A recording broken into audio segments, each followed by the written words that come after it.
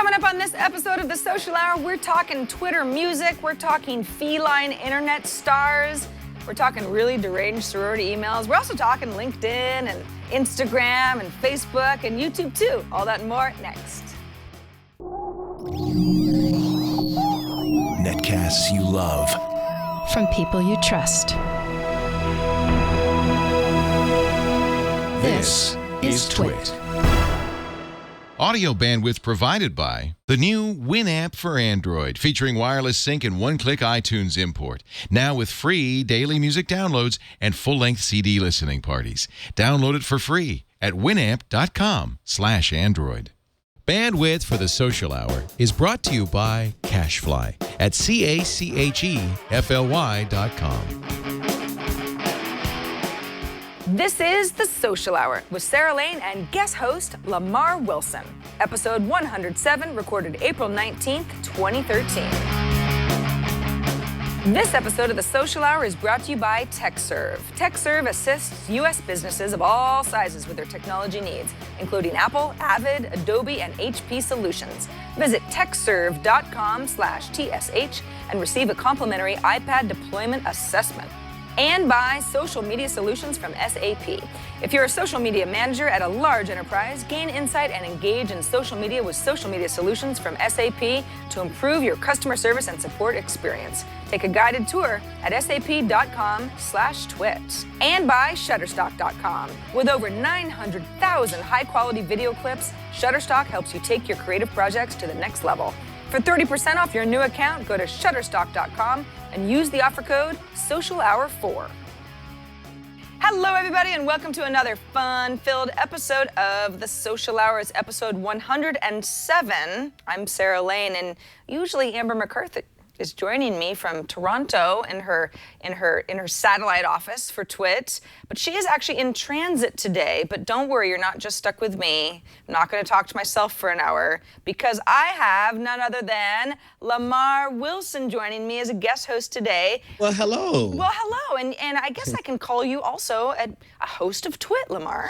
I am part of the family now. Welcome to the network. Tell everybody about your new show. Thank you so much. Yeah, our new show is this week in YouTube, and it's a seriously fun show with Leo, Chad Johnson, and myself. And Sundays at 2 p.m. Pacific, and we just talk about YouTube news, crazy viral videos. We get into some in-depth discussion topics. We give you production tips, or if you're a viewer tips. And we're also starting a new series where we're going to take a lot of your video responses and put them on air. So I think this is going to be fun. And it was something I felt that the Twit network was missing. And, you know, just like a specific talk about YouTube, which is one of the biggest social networks out there, right, Sarah? So absolutely. I'm glad you feel that way about YouTube, because I've gotten into conversations with people before and they go, well, sure, there's comments and you can share videos and stuff like that, but is it really a social network? And I say absolutely. Oh, yeah. Absolutely. So, and I mean, you've been in the YouTube scene for quite a while. This is not just something that you said, hey, let's talk about YouTube. You spend a lot of time on YouTube. You have your own successful channel. You've got a good community of your own. Yeah, I'm what they call a YouTuber. So I've been making videos since 2008 and just doing vlogs or different kind of current topics, current events. And so I know enough about the network where I'm so comfortable to make it a show. So I'm not just spewing out garbage. So it's such a fun show. I was in the studio on Sunday, and it was just great to see the studio from your perspective, and that was really nice. So you hadn't been up here before? No, I'd never been up. Never been to the cottage or anything. It's a very different experience when you're here. That's for sure. Yes. That's for sure. Well, I hope everyone was very nice to you, and we're all very excited about the show, and glad to have you along. Great. Thank you. And glad that you could be part of this show, because again, you know what social's all about, so it seems like a really good fit. Thank you. So I feel like we can't even really have a Social Hour episode without addressing some of the insanity that's happened over the last week. Now, it's certainly not Lamarr or my job to try to figure out, what law enforcement is trying to figure out pretty well on its own, but we've had, in the last 24 hours, I have been glued to Twitter, absolutely glued to Twitter, Lamarr, plus cable news. And it's fascinating to me to see when there's for anybody who's like, what is Sarah talking about? There's kind of a manhunt going on in Boston, and it's associated with the bombs during the Boston Marathon earlier this week. And there's sort of a side story now that seems to happen. This seems to be a constant. Anytime there's a huge news story that fascinates people, then there's always the side story of, was this a win for Twitter? Or is Twitter really a good source of information? Because wisdom of the crowd isn't always good, and people go off on tangents and it becomes gossip. Lamarr, what do you think about this particular situation? I mean, the law enforcement seemed like they were downright asking for people to submit photos from camera phones and kind of to use social to help them. Yeah, first of all, I just let you all know I don't have cable myself or, the local antenna because it doesn't work where I am, at least the antenna. So I was relying a lot on Twitter. And I have to say that from what I was hearing, the regular media, CNN, all of them were doing such a horrible job that people were turning it off to watch Twitter in real time about what was going on because it was more accurate and it was more real time. And so I think for sure Twitter and even Facebook just they play a key role when events like this happen. And law enforcement is smart to say, hey, you've probably taken video or pictures on your smartphone submitted to us because it's such a big venue. There are thousands of people who probably have something on their phone that they don't realize they have. So I think we're in a new age now where you're going to see more of the social connection to crime solving. Sure. Yeah, absolutely. And often it's just a step ahead what you're seeing on television. Now, you could argue, well, it's a step ahead because there aren't any official reports. I mean, there's a lot of speculation. Mm-hmm. That's why some of this stuff gets out of control. Some of it seems like Twitter had it first. But then often there are theories that end up getting debunked later. Right. Or law enforcement says, no, we don't have anybody in custody after all, that sort of thing. I kind of got sucked into that last night when it turned out that there was a particular suspect that may have been found by Reddit the day before, and so a bunch of people were saying, well, look at Reddit saves the day type of a thing. And I sort of tweeted out something vague about like, wow, Reddit. And this morning, as I realized, nobody had all the facts, and I was almost jumping onto the bandwagon just because there was there was momentum there.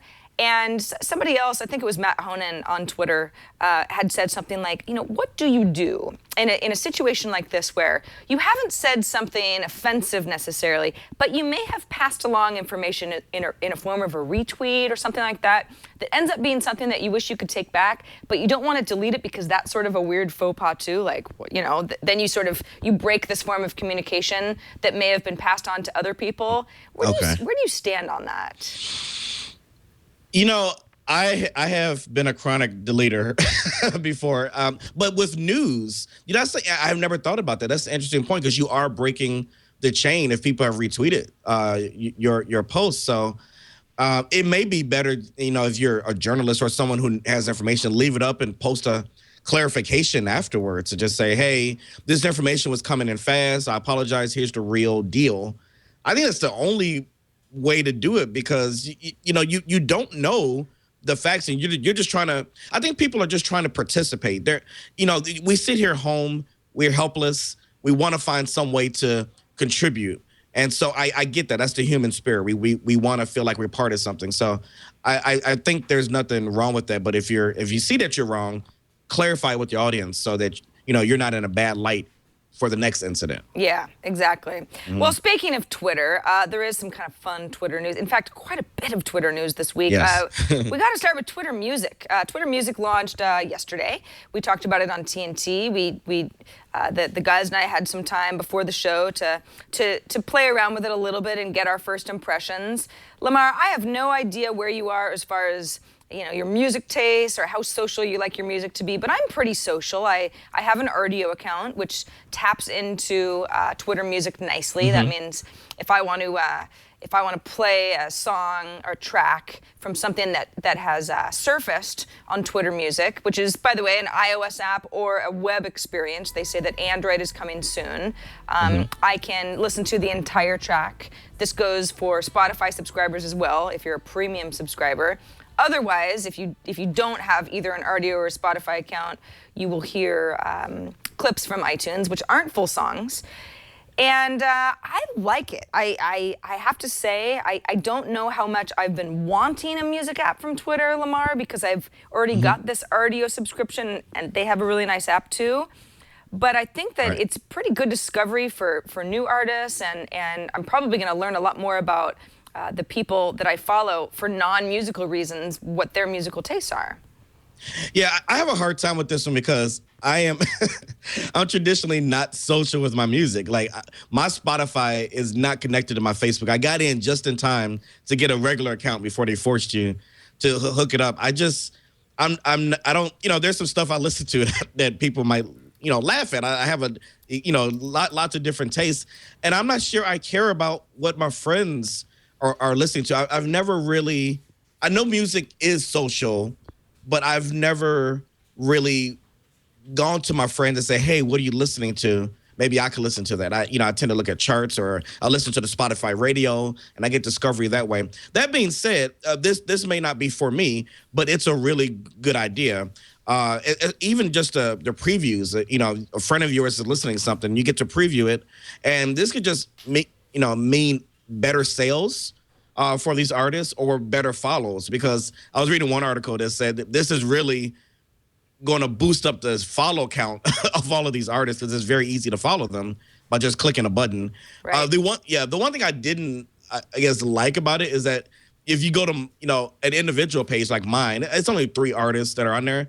But it's like, okay, so Lamarr is following these artists. And what if I was following Justin Bieber? Do I really want people to know that? Right, yeah. Do you really want it highlighted somewhere on your profile when people look at Twitter music? Yeah. Yeah. Well, this is the issue that I have with, there are a lot of, let's say, musicians or actors or sports figures that I really like and respect. And I have found that for whatever reason, their Twitter personality just does not jive with what I want to get during the day. Because, Twitter is fun for me, but more than fun, it's kind of a news and information tool because I use it for work so much. Alec Baldwin, I followed for a few days and I was like, oh, he just tweets too much. I can't do this. I will just continue to like him on 30 Rock. That sort of works for me. And I have found, since Twitter Music launched for me in the last, 36 hours or so, that there are musicians that I like, I just shouldn't be following on Twitter. So I, as actor, had mentioned, you should have the option to dump them into not dump them, put them nicely into some sort of a Twitter list. So you don't necessarily have to follow them. Maybe you have options to switch over to your Twitter list. But I guess Twitter wants us to follow people more than it wants us to put them into lists that we forget about. I think lists are such an afterthought. It's actually such a genius thing they invented, but they don't, you're right, they don't give much attention to it. They don't encourage people to use them at all. And one thing I don't like about lists on Twitter is that after a certain amount of time, if you hadn't checked it, it cuts off, like maybe 8 hours. So I couldn't go back and read certain people's tweets if I missed it for a certain amount of time, because it's just some kind of arbitrary cutoff time. So they're just not that effective. Yeah. Another Twitter story, this is sort of a revisit of an earlier story that Amber and I talked about a few weeks ago. We talked about the service Flattr, F-L-A-T-T-R, which is sort of a Twitter add-on. And what you do, just a reminder to everybody, Flattr is basically an online tip jar. So it's been around for a while, but it got some attention last month because it allowed people like me to be able to tip my favorite online content producers using a like or a favorite function on, Instagram or Vimeo or SoundCloud or Flickr, that sort of thing. So Lamarr, if you had put together some sort of a video and I was like, gosh, he really went on a great rant, I'd like to give him some bucks, that'll come out of my Flattr monthly pool. I choose to maybe put $20 into it a month or more or less or that sort of thing. So it's sort of like, hey, I'm giving you kudos, but it makes me liking or favoriting something mean a lot more. Some people go on like a favorite spree. They favorite everything. It's like, yeah, I have a couple of Mouties like that. Yeah. So it's sort of like, not only does it maybe cut down on noise, online noise, but it allows you to put some monetary value to something that you really think deserves some kudos. Well, perhaps That's not exactly what Twitter wants to be associated with. Apparently, Twitter, someone from the platform's operations team told Flatter, which is Twitter and Flatter, to tell them that they were violating the commercial use section of Twitter's API, which is called Rules of the Road. Advertising around Twitter content, it says you cannot sell or receive compensation for tweet actions or the placement of tweet actions on your service. Now, Flatter says, well, we thought that we were okay. It's not as if we didn't know that. We're offering a way to reward someone voluntarily for something that they've created. It's not even possible to use Flatter to pay creators to get a certain result. It's all after the fact. But it sounds like Twitter says, no can do. I mean, it's, in a way, I think this is, it's kind of like what we were talking about a second ago, Lamarr. Twitter wants us to follow people, not necessarily put them in lists. Twitter also wants us to favorite things because that is part of the engagement value, rather than say, I don't want to favorite anything because I don't know if it's worth my $5. Interesting. Okay, so they don't want the hesitation from people to engage on the site, wonder if they're going to use up their money or not. That's what I would guess. Yeah, At least that's part of it. Yeah, I can see how they would want to be distant from this, and you never know. This may have been an idea that they've been kicking around, and so they need to shut down the people who are running this. When I first read this, I thought Flatter maybe made their whole business around Twitter, which is always dangerous. You never make your business around one company if you can, but it does look like they're going to consider YouTube likes and Facebook likes, and we're going to see if those companies are going to shut them down as well. It's very interesting. I worry about throwing all your stuff into these social networks because they can change on a dime and then you're gone. I have a few friends who have multiple Twitter accounts and they use them, like joke accounts and things, and they make a living off of those, and I just always caution them, always have a backup, have a website or something where Twitter says, get out of here. You can continue going on another platform. So now, how do they make a living off of some, successful humorous account? They make money. What it is that once they start, they'll put funny tweets and they'll amass the followers, and then they'll put targeted ads in there that look like the jokes, but it'll say sponsor, it'll say ad, and those clicks generate enough money over the course. Yeah, some. I mean, I won't say any names, but some of them are making thousands of dollars a month doing that. Yeah, it's a viable, and Twitter knows about it. I'm wondering, at any point are they going to try to crack down on those because they have their own advertisement? Yeah, but they do that. So, interesting. I mean, it's Leo and I were talking about this just yesterday. It's kind of a YouTube thing, right? Is if you want to be part of, a YouTube. What do you call them? Partner channels kind of thing. Right. It's like you got to sort of play by their rules. It's not as if you can just put in whatever ads you want. It kind of has to be some sort of an agreement between two entities. That's interesting, though. It's interesting that at least for now, it's there are some livelihoods living on Twitter. Yeah. whoever they may be. So Google has launched, moving on to some Google news, Google's launched the Google Plus commenting system, at least for Blogger. Now, Blogger, of course, is also a Google entity, was purchased by Google way back in the day. It was actually a Ev Williams startup who went on to found Twitter. And the TechCrunch article that I wrote about this that I read about this is interesting because everybody seems to have their own comment systems now, and they work with varying degrees of success, kind of depending on the blog, right? Yeah. TechCrunch itself had just regular, I think it was just sort of like the stock comment system that was built into whatever WordPress template the blog was built off of back in the day. They moved to Facebook comments. They found that engagement dropped a lot because then people said, oh, now it's associated with me.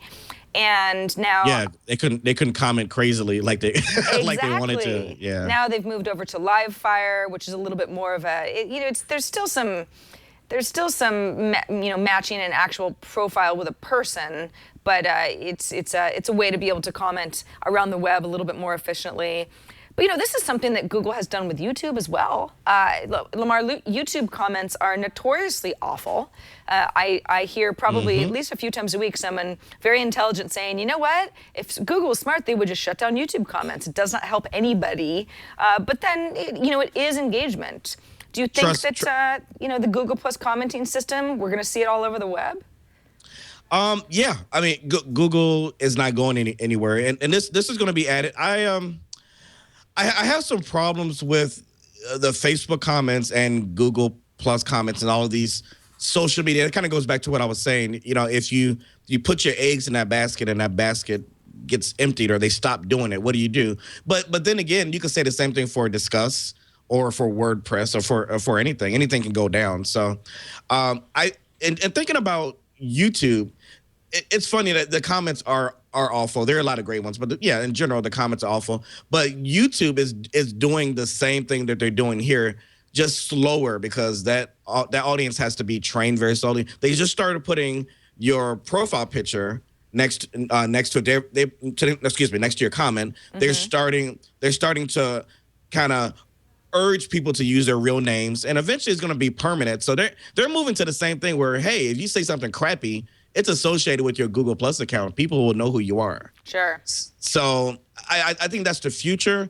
I like that Google's doing this. I'm not sure if I would use it on my blog if I ever get one or do one, but it's nice that it's starting at least on Blogger. I think also it's there is, not that Google wants to do everything that Facebook does, but in some instances it can really, really expand the conversation. I mean, if I'm on some sort of a blog and I want to comment, I mean, I might not even think too hard the fact that, oh, look, it's Facebook comments that they've right. added in here, that they've gone with. But then that comment will end up posting on my Facebook profile unless I explicitly don't want it to.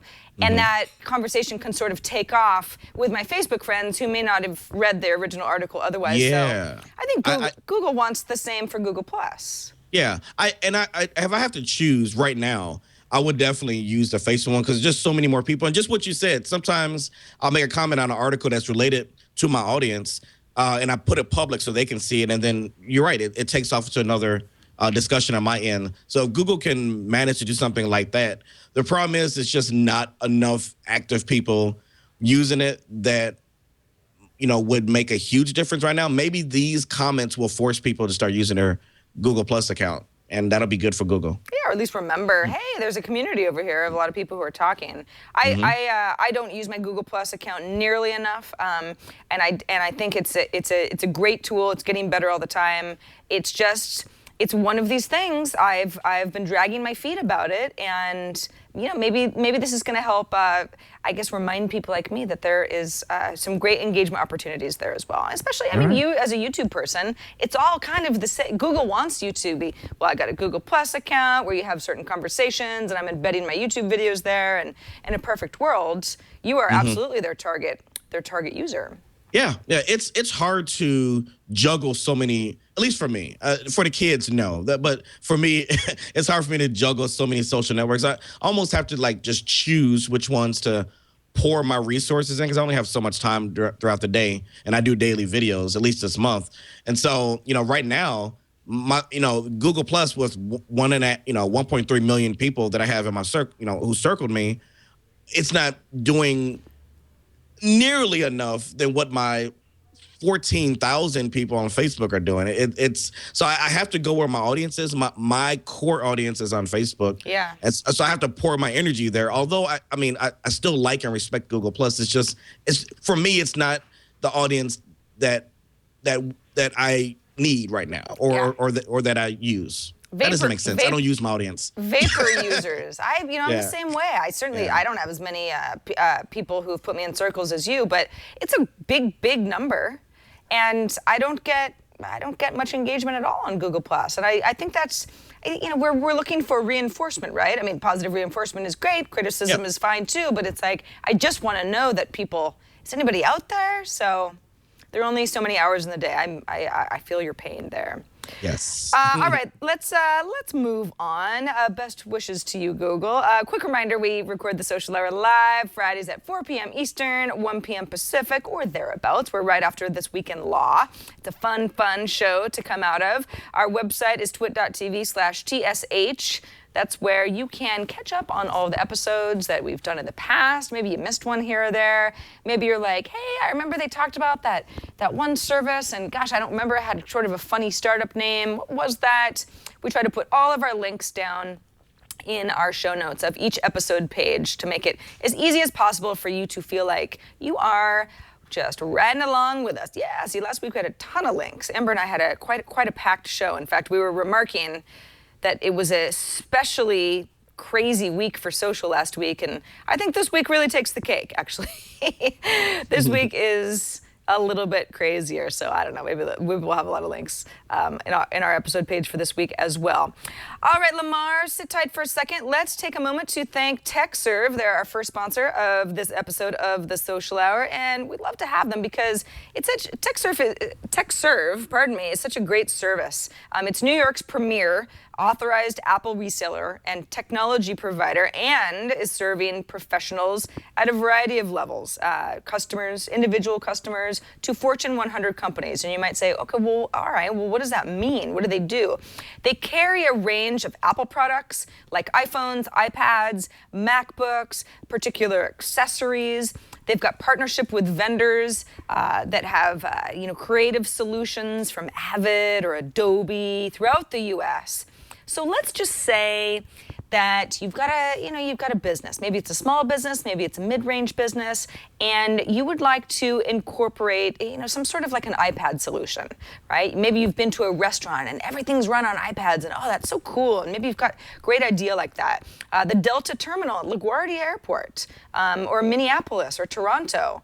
There are certain iPad solutions that work really, really well. You've got almost every seat in the terminal with an iPad. It's like the way of the future. Travelers are happy. They're looking at their flight updates on the iPad. They're using the iPads to order food and just look at the internet, pass the time, that sort of thing.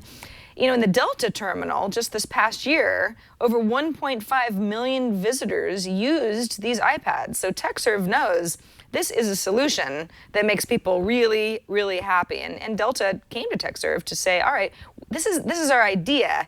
Now, how can you provide and configure and install and deploy the software on these iPads to actually make this a reality in these airport terminals? So what TEKSERVE does is they sell and they support, they personalize, they configure, and then they manage massive iPad projects. So these are airline terminals, maybe a school, with a lot of students, or an operation to deliver configured iPads to cable technicians who are maybe making house calls, that sort of thing. You get the idea. I mean, it's the possibilities are endless, and TEKSERVE provides ongoing support. So if you've got an idea and you decide to go with them and your enterprise ends up having a problem, it's just a phone call away to try to figure out, all right, well, how do we get to the bottom of this issue? So if you're considering iPads in your business, why not ensure that the project's success is the world's most experienced partner with TEKSERVE? So if your business is considering this at your workplace, contact TEKSERVE today. And because you're a friend of Twit, you'll receive a complimentary iPad deployment assessment. So visit tekserve.com/TSH. Again, that's tekserve.com/TSH. And TEKSERVE will help you assess your current or future iPad needs. Maybe it's just an idea. You can still talk to them about it, and they'll give you advice to make it a success. tekserve.com/TSH. And thanks to them for sponsoring this episode of The Social Hour. First time with TEKSERVE, so thanks to all. All right, Lamarr, this is actually something that you wanted to put into the show. It's a good one, and this is Facebook bringing free VoIP calling to Android users in the U.S., which is actually something that I've had on iOS for a short time. Oh, I don't know, 3 or 4 weeks now, but it's new for Android users. Are you an Android user? I am. I do have an iPad, but yeah, my current phone is an Galaxy Note 2, and so I've been excited about this, but I still question my use of it. Now, I am a Facebook home user. I'm one of those 3 people. Well, because you like it? Because I do. Yeah. It's not me testing it out because I don't do reviews or anything. I actually like it, and I find myself using a lot, Facebook a lot more. I've kind of moved a lot of stuff from Google Plus, like my pictures and things, kind of to where the more active audience where my friends are. So a lot of things that I do now are on Facebook. So and I like the idea of having my SMS and Facebook in one messenger. I find that very efficient.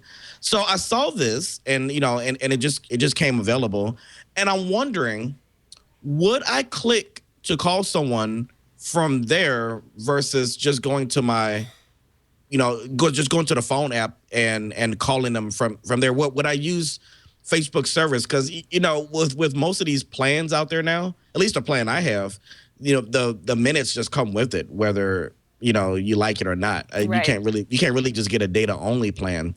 So I'm wondering, how many people would even bother with it. I would try it. I don't know how efficient. What do you think? Would you use something like this? Yeah, I mean, I feel like I'm in the same boat as you. When VoIP calling rolled out in the Facebook Messenger app for iOS, I called a couple people, and look, their profile pic pops right up, and look, we're talking to each other. Yeah, it sounds like a phone call.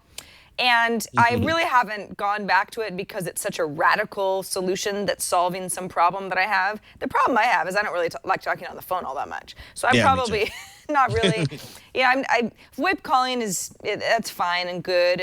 And yeah, if I use Verizon, that's my carrier. And if I could drop a voice plan altogether and somehow save myself money each month, then I would just use Facebook for the limited amount of calling that I need to do. And maybe Skype for, if I have to call a drugstore or, a grocery store or something that I'm not going to be able to reach through Facebook, a Facebook profile, I could do that. But I don't have that option. You have a Skype account that you pay for like a number?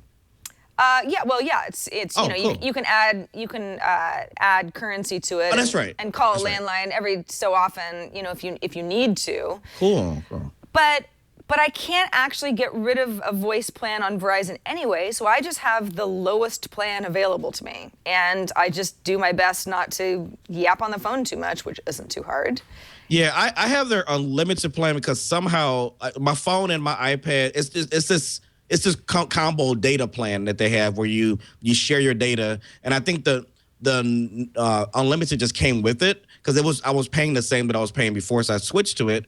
But now I'm looking at, I'm paying too much. I'm paying like over $120 a month, and T-Mobile is looking really good right now. Yeah, with $70 a month and unlimited, data, or so, as they say, unlimited. So, I'm torn where I would use this. I mean, I don't even use my Google Voice number hardly anymore, and I'm wondering, how often would I do this? I like the voicemail feature in Facebook where you can send someone like a quick message. Yeah, I use that a lot.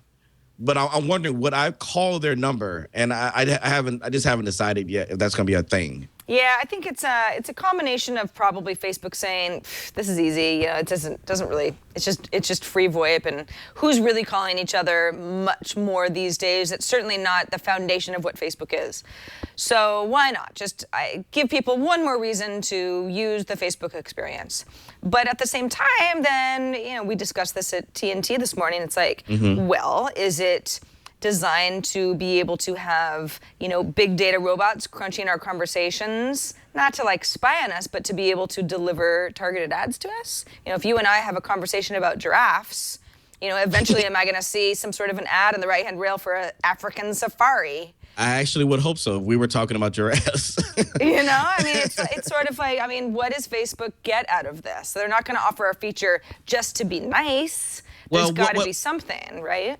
You think about it, what does Google get out of Google Voice? Or if, I keep my Gmail tab open because I can call free from there. They're not just giving me free calling because I don't have a house phone. They're not just giving me free calling just to be nice. I mean, aren't they doing the same thing? And so, I wonder, it's do I keep myself in this privacy bubble? Or do I just realize that it's already gone and just enjoy the services while I'm here?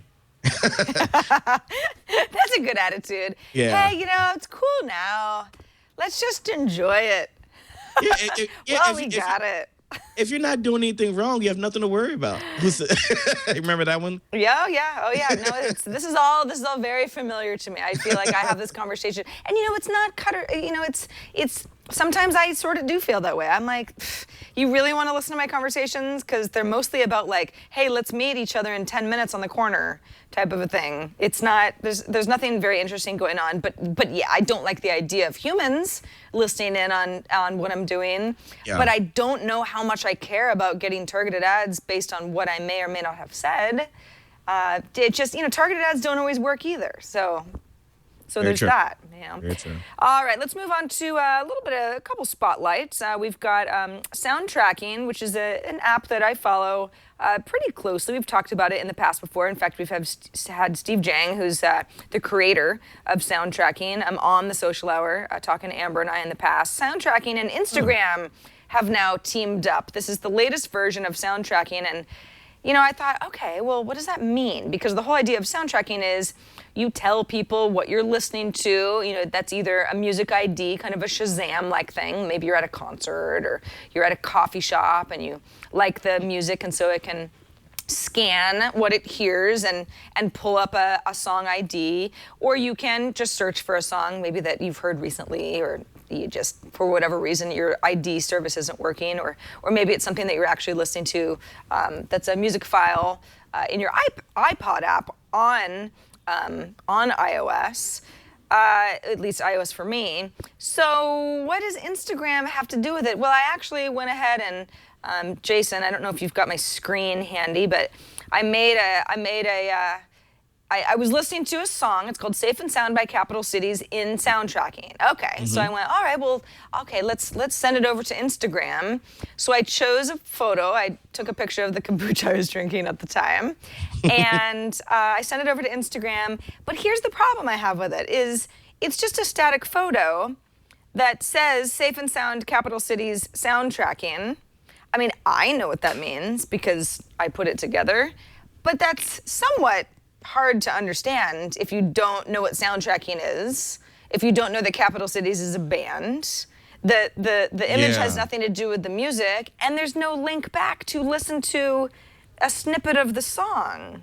Yeah, I was assuming that you would take if you're at an event, you would take an Instagram photo and then embed it into the player, and then later you can listen to it and say, hey, I was standing there while and play the song later and feel like you're still in a moment. That's what I thought it would have done, but the way you explained it, that's not what it's doing at all. And that would be better, because you're right. People won't know what that means. Exactly. And it's funny, I'm actually looking at, this is something I uploaded right before the show. And in my initial post, there's a little like a music emoji here. So you sort of get the idea. I said it's the first STIG post. That's sound tracking Instagram. So again, I'm not making it any more clear. But somebody in my comment says, yeah, links would be nice, but Instagram doesn't do clickable URLs anywhere other than your about area. Yeah. Exactly. So that's kind of the issue, right? I guess I was hoping that somehow sound tracking and Instagram had put together some sort of exclusive agreement that broke down those barriers, but it looks like it's more of a halfway there type of a mark. Yeah, it's getting there, but yeah, clickable links are definitely needed. I mean, sometimes I have a kind of a different Instagram audience, and it's growing pretty well. And if I do a video, I would love to be able to promote it over there and say, do a screenshot of a crazy face that I use in the video and say, hey, you want to watch it? Click here, and it goes right to it. That would provide more value for me, and for sound tracking, very much so. So I hope Instagram lets down their guard a little bit. I do too. Yeah. Well, or Facebook, I guess, at this point. Oh yeah, that's the company we got to worry about. Hey, speaking of apps, and this applies to Android users like Lamarr and iOS users like myself, LinkedIn has pushed out new versions of its iOS and Android apps. And LinkedIn is saying, well, there's a better activity stream, there's better navigations. Oh, also there's some ads. Oh boy. Oh, I guess nice. that was just a matter of time, huh? Yeah, I'm proud to say that I'm not a LinkedIn user. I get like grilled on this by my friend. I'm friends with Tay Zonde. Remember the chocolate rain guy, which is hilarious. Sure. Yeah, and he swears like by Instagram. I mean, I keep saying Instagram, by LinkedIn, and he's like, "Why aren't you on LinkedIn?" It's like I don't need to be. I'm on all these other ones, so I've never actually used the site, but business people I know it's great for. So maybe the ads will be beneficial for them. Yeah. Yeah, Leo and I had this conversation just the other day. He's like, I don't use LinkedIn. And he said, do you use LinkedIn? And I said, well, I mean, it's not my go-to. Yeah, if it's not where I feel like my friends are the most active. It's not where I go for breaking news. It's definitely not where I go to see the coolest photos of, what everybody did last night. But there is some element, there's some sort of professional element to it that I like to check in on LinkedIn at least a couple times a month. There are usually people that I've worked with in the past who are trying to connect with me or me to them, and maybe they've said, okay, sure, I'll be your LinkedIn connection. There's some endorsement tools that I think are somewhat interesting. But yeah, for the most part, LinkedIn is where I keep the most current version of my online resume. That's, and I've made that the place because I feel like LinkedIn isn't going anywhere anytime soon, so I feel like it's safe there, at least for the somewhat long term. But yeah, the LinkedIn has made some interesting shifts in the last few months. It's become a very social place, but at the same time, it's definitely touted some of its business strategies more and more. There's business accounts, and LinkedIn is monetizing an area of its business to really sort of focus on not just individuals who are wanting to keep their resumes up to date, but businesses that are trying to recruit people and make and send LinkedIn mail. So the whole ad monetization part of it doesn't surprise me, but it always seems to muck things up a bit. But maybe because their feed is better, it looks a little bit better. It's definitely more sort of has that kind of images and text and information type thing. Yeah, maybe it's just the next step for them. Could you see, it's just hypothetical, could you see either Facebook making something like this or outright buying LinkedIn? Because Facebook is almost used for exactly the same type of thing. And I'm wondering, are we duplicating services? Or I know some people don't like living on Facebook, but man, it has 1 billion people. So I see what you're saying. So on Facebook, for example, I mean, if you fill out your about page pretty thoroughly, all of your work information, where you went to school, that sort of thing, that can all be there if you choose to have it there. So yes, could Facebook, I don't know. I mean, I guess. It doesn't seem like a slam dunk acquisition, though. LinkedIn is big. LinkedIn is really big. I don't think LinkedIn wants to be bought by Facebook. I think LinkedIn wants to be a place that business users go to because Facebook is all about personal connections. That would be my short answer. But it is interesting that there is a lot of overlap. That's the thing. You say, I don't use LinkedIn. I don't need it. What do I need it for? Yeah. And there are a lot of people who feel the same. Yeah, there are a lot of businesses on Facebook. I mean, tons, pages, and all of this. So yeah, I doubt they'll buy them, but I sure think if LinkedIn gets any bigger, they will definitely duplicate a lot of things like they've been doing with Google Plus. Wisely so, I guess. Yeah, absolutely. LinkedIn, the apps they're live right now for iOS and Android. If anyone either loves these new apps, hates them, has any sort of particular feedback, do let us know. The Social Hour at twit.tv. It's always, Lamarr and I can wax poetic about it all day, but it's always nice to get some thoughts from people who you may be working in an HR department, for example, and think LinkedIn is absolutely a great tool, and we'd love to know about that. All right, before we get into some more social news from this week, I told you there's a lot of social news. Let's take a moment to thank SAP. They're our second sponsor in this fine show of the Social Hour. SAP, Social Media Solutions, is the service from SAP that helps companies use social media to improve customer service and their support processes. Sounds great, right? Sounds like a no-brainer. But this is actually complex stuff because much of the conversation about a brand, let's say, is happening in social media, and it's somewhat out of your control. I mean, you've got to try to keep tabs on what people are complaining about, what people are commenting about. Are they on Facebook? Did they write a blog? Is it getting picked up by other blogs? Is it a tweet? Has it gone viral?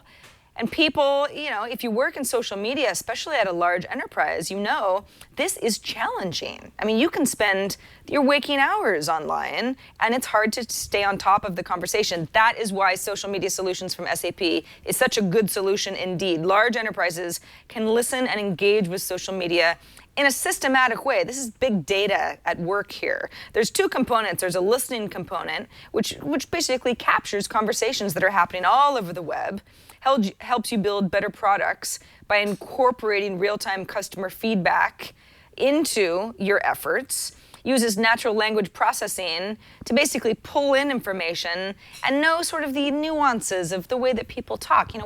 What is the sentiment here? Is this person angry? Is this person happy? What's the next step here for customer support with this consumer? And then there's an engaging component. This is sort of like, you've got all of this data, you've brought all of this in. Now what do? Helps you improve customer service and support by allowing you to set rules about which messages should go to the right party. Is it an IT question? Is it a PR inquiry?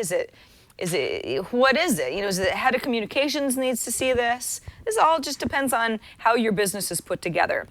Of course, activity on the social media stream, Twitter, Facebook, a review site can lead to direct customer engagement. It can drive sales. It can solve customer problems quickly, help you keep that customer retention, and it rapidly responds to customer feedback. So this is a great solution, especially for all you folks who work in the enterprise, listen or watch the social hour. Social media solutions from SAP gives you more than marketing by improving customer service and the support experience. If you would like to know more, and I bet you do, go to sap.com/twit. You can take a guided tour there and just see for yourself how social media solutions from SAP works. Again, sap.com/twit. That should be easy enough to remember, right? And check it out. And if you are using SAP in any of your efforts, we'd like to know about that too. It's always good to get good feedback from solutions that help people who are working in the enterprise. And thanks to SAP for sponsoring this episode of The Social Hour. So Lamarr, were you listening to Marissa Mayer a couple months ago, where she sort of said publicly, I don't want people telecommuting anymore. Everybody's got to come into the office. Yahoo's going to be, we're going to run a tight ship. I'm going to crack the whip. And she cracked it. Yeah, she did. And it became, not just for employees who suddenly had to go into an office if they had been not for some time, but it really got a debate on the internet going of, is this really a step backwards as far as telecommuting and offering your employees the flexibility to do their best work? Where do you stand on this issue? Yeah, so I was thinking about this, and I worked at home for years. I still do. So there's definitely an advantage to doing that. There's also a laziness factor that comes in, where it sometimes it's good to be around other people to get things done. I think Marissa came into a situation where she had to rein in everyone. I mean, Yahoo was scattered. They were falling apart. So it made sense for her at the beginning to rein them all in. I think for sure at some point she will release that and say, hey, the 200 people that we affected out of the 12,000, maybe at some point they can go back to work from home. But she has to get to know who these people are. Imagine if they never came in or whatever. Her subordinates don't really get to know who these people are, what they do, what their work ethic is. So I think it's a temporary measure. It was interesting that Best Buy announced that they would do the same thing after Yahoo. So it makes you wonder, is she starting a trend? People are more productive when they're alone, but there needs to be that collaborative effort, especially with a company as big as Yahoo. So I think it was the right call for a temporary measure. Yeah, and that's sort of what she's done to clarify herself. She was speaking. She was in a closing keynote at a conference in Los Angeles called Great Place to Work Conference. Sounds like a good one. and basically addressed what people had been talking about for the last couple of months. For a while, there was basically no comment coming out of Yahoo from anybody who wanted to say, well, what does this all mean? What is, is Meyer going to clarify the statements that she made, the policies that she put into place? She says, listen, my remarks, this is not a direct quote, by the way, my remarks 2 months later was, people called it a step backward for workplace flexibility. She said, it's not what's right for Yahoo right now, having people, work remotely, and said, but it was wrongly perceived as an industry narrative. So she's pretty much saying, listen, this is what Yahoo needs. And I think a lot of people agree with her. Yeah. Yahoo needs to be a more cohesive place. They've got 12,000 employees. It didn't really affect that many of them, but that's a lot of people. You want to make sure that, as you said, Lamarr, people are actually collaborating. And that can be more of a challenge when you're not all in the same room. I mean, I host TNT 2 days a week from my home office, and I think that we gel, but it's like we do that because we've worked together for so long, and for a long time, we all had to be in the same room. I think because of that, we were able to say, all right, now what can we do to make it a little bit more flexible for everybody? Because we put in all of that time together where we had our meetings, we made sure that all of our stories were chosen, while we were in a conference room looking at each other. You all at TNT is such a good example. I'm glad you brought that up, because that's perfect. Because I remember, you started to do a couple from home, and then Tom obviously had to be, because he's in LA, but it would have fallen apart had you all not gelled together first. So that's what Yahoo is probably going for. Get them to gel with the new management first, and then release the privileges if they're deserving, because it's a privilege to work from home. It's not a thing that you have to have. She also said something interesting where she says people are more productive when they're alone. I tend to feel that you have to be disciplined. Yes. But when I am alone and I'm sitting at my own desk and I'm not in an office with a bunch of people and I don't have a snack room and this and that I am more productive. It's true. But she says you have to be with other people when you want to be collaborative and innovative. Yahoo just released 2 new apps yesterday. These are, I don't know, you have to assume that this is the result. There's a really nice weather app from Yahoo, and then they reformatted their Yahoo Mail app. That this is the result of people, working together, right? Yeah. Unfortunately, my snack room is right over there. right. See that counter? Just off camera. That's not good. Right behind that dish soap of yours. Yes. That's where all the snacks live. Yeah, I know. Well, see, that's why I don't have. You should see my kitchen is so sad. You open up the fridge and you're like, gosh, did you just get back from a really long vacation? And I go, no, I have to keep it bare or I'll eat everything. Yeah, I just have fruits and vegetables in there, so that's not that appealing all the time. Yeah. All right, let's move on to, this is the animal portion of the show. Lamarr, you may not know this, but I usually try to somehow sneak some sort of an animal/cat story into the social hour, and Amber kind of rolls her eyes and goes, oh, Sarah, whatever, you're a little bit strange. But this is just perfect. So, Lamarr, speaking of Facebook celebrities and people who spend a lot of time on Facebook, are you familiar with Lil Bub, world's cutest cat? I have heard of him. I have not absorbed any time into getting to know him until I read. Her, see? Until you got offended when I said that. Wow. You're like, excuse me. I didn't, no. I know. I think it's, Lil Bub, you kind of go like, I don't know, it sounds like a little boy kitty. Lil Bub is a little special needs cat. She's got a host of little issues, but she's very cute, very sweet, and she is a bona fide internet celebrity. She's got thousands and thousands of people who are fans of her Facebook page, on Instagram. She's got some YouTube videos of herself walking around. She makes lots of appearances at animal shelters and this and that. But this is actually a story over at the Daily Beast, not just about Lil Bub, but the fact that Lil Bub and friends I just almost have to laugh at myself even telling the story with a straight face. This is a documentary made by Vice called Lil Bub and Friends, which is premiering at the 2013 Tribeca Film Festival. And this is really taking not just the story of Lil Bub, but kind of famous internet animals, particularly cats in general, kind of to the next level. This is sort of the what is the public fascination with these animals? You know, why are their videos and their Instagram accounts and their Facebook pages and their Twitter accounts so popular? What is it about us that likes this so much? You know, I spend, well, probably more time than the average person, but I mean, there's a lot of content online. And these are basically accounts that are run by, the humans behind the animal. It's fascinating to me. It really is. A movie, okay, I understand this cat definitely has some health issues, and it's a fascinating story, but I don't know if I would go and watch a documentary about the fascination about cats on on YouTube. I mean, it's definitely a thing, and there is a mysteriousness around it. Why do people post things of their cat and silly things they do? And I don't know. I got a feeling you're gonna go watch it. Oh, absolutely. You have cats. Oh, yeah. And so let me ask you: do you take video of your cat and put it online? I don't. Oh, this is Bub snoring. This is a really good one. Oh, it's adorable. Oh, Bub. Oh, Bub says, hey, keep it down.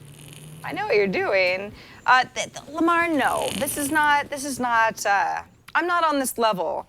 But the thing is okay, so Lil Bub's owner has actually a very interesting story. It's this guy, he was running a music studio in Indiana, basically like a recording space. He was behind on, his lease payments. It was sort of like he was in sort of a bad situation. He got this cat, and I think maybe a couple pictures went up, hit the front page of Reddit. All of a sudden, it's like, psh, this cat is really, really popular because she's funny looking and unique, and everybody kind of goes crazy. Now he's selling merchandise, making quite good money, according to him. He's able to pay off all his debt, and things are looking up, and he's able to now, with the proceeds that he makes on mugs and pens and sweatshirts and stickers and stuff that people are buying in droves, able to throw more money at charitable organizations, animal rescue sites and that sort of thing. So the whole thing is not necessarily just sort of like weirdos talking about the cats. It's like, there are kind of like these little success stories and even mini industries happening around this. Yeah, I'm gonna have to get a cat now, just so I can pay rent. Exactly. Don't think I haven't thought about how to monetize my cats. As long as they're happy, there's got to be a way that I can make money off of their cuteness, right? Yeah, and just make sure if you're gonna do that, they at least get to eat fancy feast, something a little bit better than the grocery store, the regular food that they eat. So just kind of raise the bar up a bit, so you feel like you're paying them a little bit for all the work they do. Absolutely. So all right, well, let's move from cats to something even stranger. My God. This Gawker article, which we can't even really show you in full because the whole thing is sort of littered with F-bombs. Yes. But the title of the article is The Most Deranged Sorority Girl Email You Will Ever Read. Lamarr, did you read it? I did. I read it twice just to make sure that I was reading the right thing. And what did you think? I think I think she has some issues. Okay, so the main premise is she's mad at her sorority girls by not living up to the standards of being in a sorority. Right. So she just tells them off. Just like, basically, if you don't want to be here, don't show up. You do it my way. It's my way or the highway. And there was some part of me that once she started explaining certain things, I was like, yeah, that is stupid. Like, she mentioned, like, some of the girls will be rooting for the other team while they're at a game. I was like, yeah, I can see why she's telling them they're idiots. Why would they do that? Right. But it just goes back to this it's just so much drama and poshness with these sororities and fraternities. It's like, you know, get a hold of yourself. It just seems like there's more to life than worrying about this kind of stuff. It seems petty, but if you're involved in that community, then I guess you can feel her angst or anger at her sisters. I guess. So I was never in a sorority, but I know a lot of people who were, and I can tell you that they would never have written an email like this. I mean, the way that you described it was very kind. She went absolutely berserk.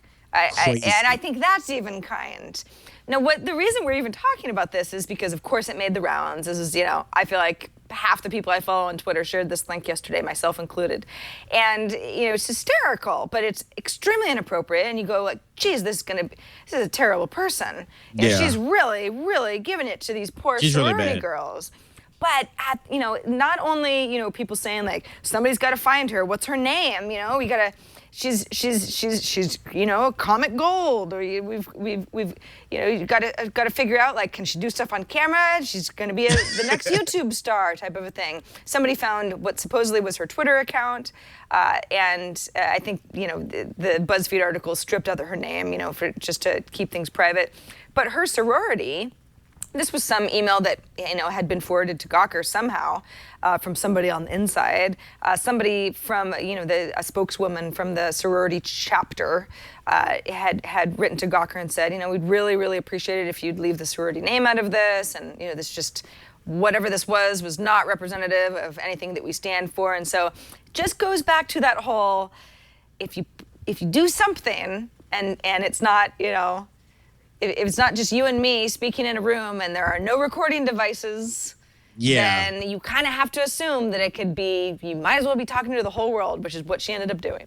I wonder if she, like, from her perspective, if she even cares. Like maybe this helps get the point across. And I don't know, because this is extreme, but I think of a person who's willing to write this and send it out as an email does not give a blank about any kind of publicity. It was only the chapter president that was like, can you take it down, please? This doesn't represent us. But I don't know.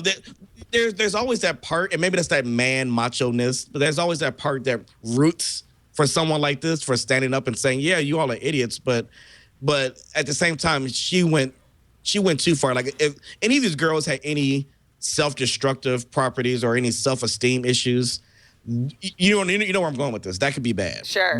This email could have completely devastated them, and even something worse. So. Well, and you know, or what about herself? Amber and I talk. We always sort of, you know, chuckle at, you know, brands who make really bad faux pas social network mistakes, you know, here and there, and you go like, oh, you know, poor Arby's, they really messed that up on the Facebook. Yeah, I'm using Arby's as just a hypothetical example, but that really does happen.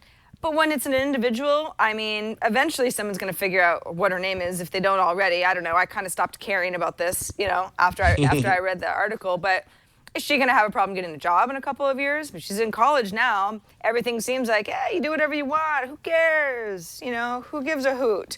Well, somebody may down the road, and this is a lot worse than, you know, a picture of yourself, you know, drinking a beer on a Facebook page, right? Because this is a sort of about your character and how you might treat others. So it's just, you know, it's a possible lesson that these sorts of things can really come back to bite you, and where you know where. Maybe she should try to be a YouTube star then, so she could work from home. Exactly. And not have to deal with any other people. Get a parody account while she's at it. Absolutely, make some money that way. Blast out a few ads here and there, and she can be exactly the person that she wants to be. She has a bright internet future. That's true. That's a good way to say it. The internet will have you, Maryland sorority girl, with open arms. You're welcome here. All right. I want to remind you that you can get a hold of us. You can be part of the show. There are a variety of ways you can do that. Of course, you can tweet at Amber or me. We're always listening throughout the week. You can also write us at thesocialhour@twit.tv. You can leave us a voicemail. If you're wondering how the voicemail thing works, it's just a Google voicemail box. 2626 social. So that's 2626 SOCIAL. You will not get one of us live, but you can leave us a voicemail if you try to keep it to 30 seconds or less. We can add it to a future show. You could record a video. You know, Lamarr and gang, they're going to start incorporating videos into This Week in YouTube, which is a lot of fun because we all just kind of, you know, it's so fun to have a collaborative effort, right? We love to see you and hear from you, and the more of that, the better. Upload it somewhere, send us the link, and we'll try to add it to a future episode of the Social Hour. So Lamarr, before we've got one more sponsor to talk about, but I want to get ready, and this, I want you to get ready for the end of the show. And you might have noticed that all I wrote in was quiz Lamarr. Yeah, I saw that. Because I didn't want to add the link because I didn't want you to cheat. So just know that, you know, I'm just gonna see if you know your social networks. Okay. That's all I'm gonna say. I'm ready. All right, good.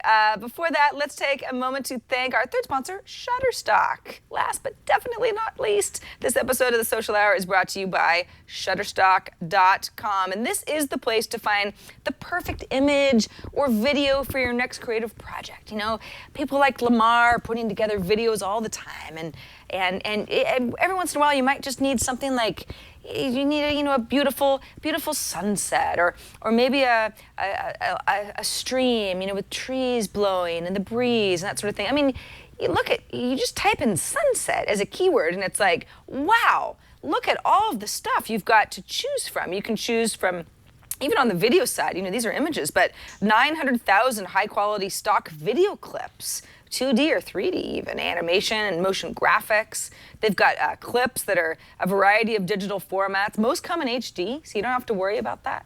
So it's it's all sorts of great stuff. It's like, ooh, look at this. You know, it's a time lapse of a sunset. Perfect. That's exactly what I was looking for my project, because I don't have the gear to go on the top of the mountain and have my camera rig set up and be able to capture something like that, you know, in a time lapse type setting. I certainly don't have the gear to take a spaceship and get that beautiful shot of, you know, the Earth and the moon, or is that the sun?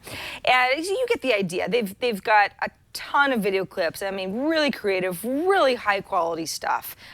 Many contributors to Shutterstock are pro filmmakers and animators, and Shutterstock reviews each video for content and quality before it adds to the library. So you don't have to feel like, well, every once in a while I wade through the junk and I find what I'm looking for. I mean, this stuff is all really, really nice. It's all about just choosing what's most relevant to exactly what you're looking for your creative project. Shutterstock adds over 10,000 video clips each week. 10,000 video clips each week. So every time you visit, you're bound to find something new, probably a lot of new stuff. Shutterstock also gives you the video content you need to bring your creative projects to the next level. I mean, this is the kind of stuff that makes you look like, wow, I've been all over the world. I've been shooting everywhere. I've got a whole team behind me. That's not even necessarily has to be the case at all. Shareable clip boxes help you save video assets to a clip box. So if you are working with a team, you can access these clips anytime, share them with your team members.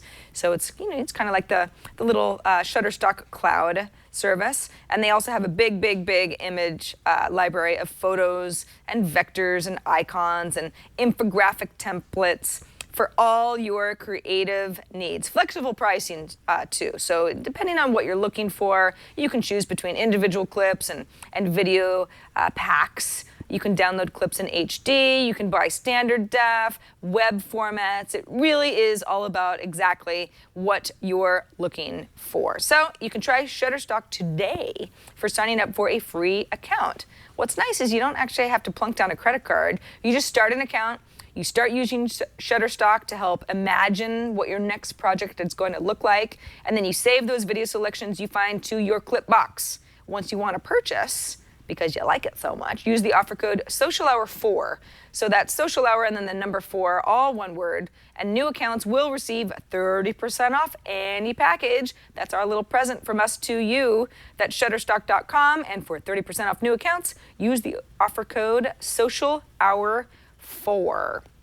All one word, Social Hour and the number 4. And thanks to Shutterstock, you guys are amazing. All right, Lamarr.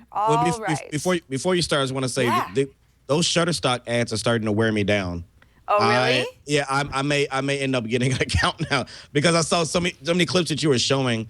Ideas for my videos just popping up in my head. So I think I'm gonna have to try it, and I will use Social Hour just because this was the last place I saw it. Oh, good. Well, Yes. I thank you. I thank you, Yeah, Lamarr. absolutely. Yeah, no, it's good stuff. I actually sometimes spend time looking at. I try to stump Shutterstock. I don't even know if I should admit this, and I can't. The images and the videos are really good, and again, 10,000 new images and videos each week. That's crazy. Yeah. All right, I said that I wanted to quiz you, Lamarr. Usually Yes. at this area of the show, we're kind of winding the show down, and Amber usually ends with a segment that we like to call Rad or Fad. But since Amber isn't here, I thought, all right, well, let's take this opportunity to do something just a little bit different. Why not? Let's get crazy. There was a Quora thread recently that was kind of fun, and this was all about the idea that if you were a venture capitalist and you were pitched an idea for a service and a network that doesn't exist yet, that is sort of literally what it is, taken at the value of a couple sentences, would you invest in it? So the idea being is that a lot of these services sound ridiculous. They've got weird names, the premise is weird, but you have to see it in action to go, oh wow, it's actually a really successful social network. So I thought maybe I'd read a few and you could figure out if you know what I'm talking about. Oh boy. Are you ready? No. But yes, let's do it. Okay. First one. This one should be fairly easy. First one. The world needs yet another MySpace or Friendster, except several years later.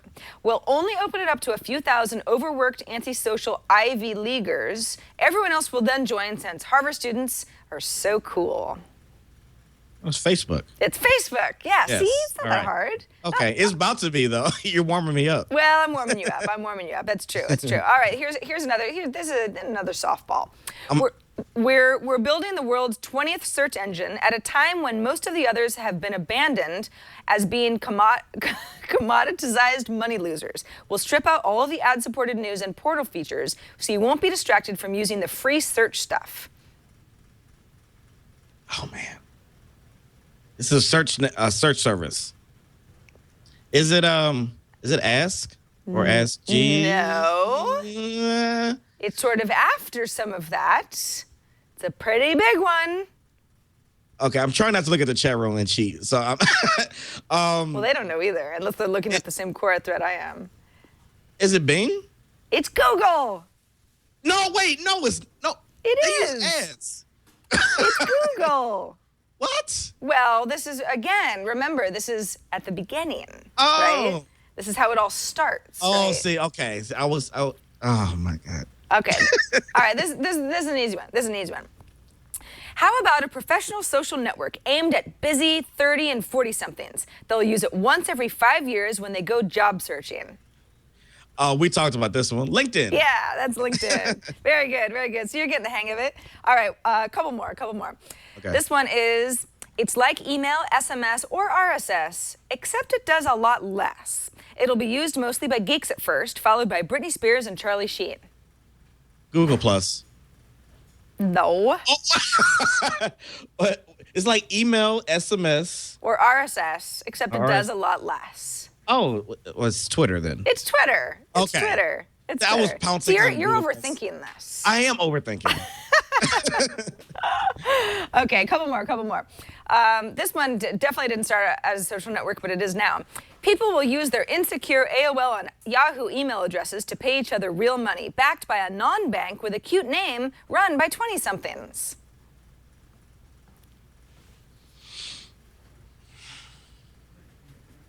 Chat room, you guys are good.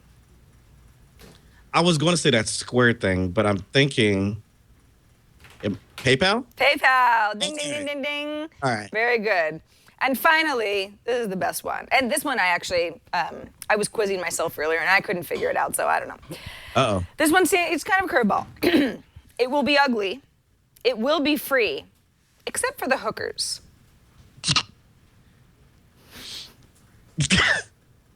I'm not looking at the chat, I promise. Ugly, free. Ugly, free. In fact, ugly to the point where one might wonder, why haven't they ever changed their design all of these years? It's just the same Same place it's always been. Wait, hookers, Craigslist. Yay! Craigslist. I love that. Wait, hookers. I'm not thinking this through. Of course, it's Craigslist.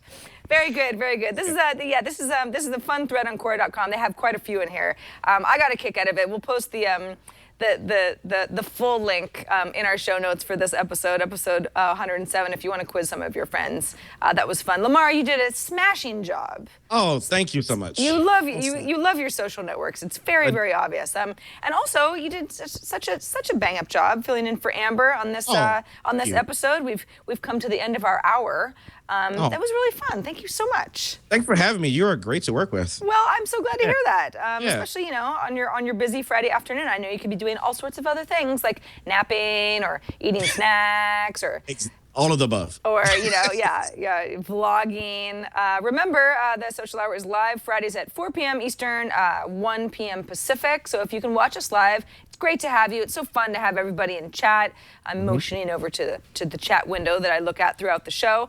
Our website is at twit.tv/TSH. You can find us on iTunes. You can watch the videos straight from our website. Whatever makes the most sense for you. Of course, we've got a YouTube channel as well. Lamarr, remind folks about your new show on the Twit Network and where people can find you on the web.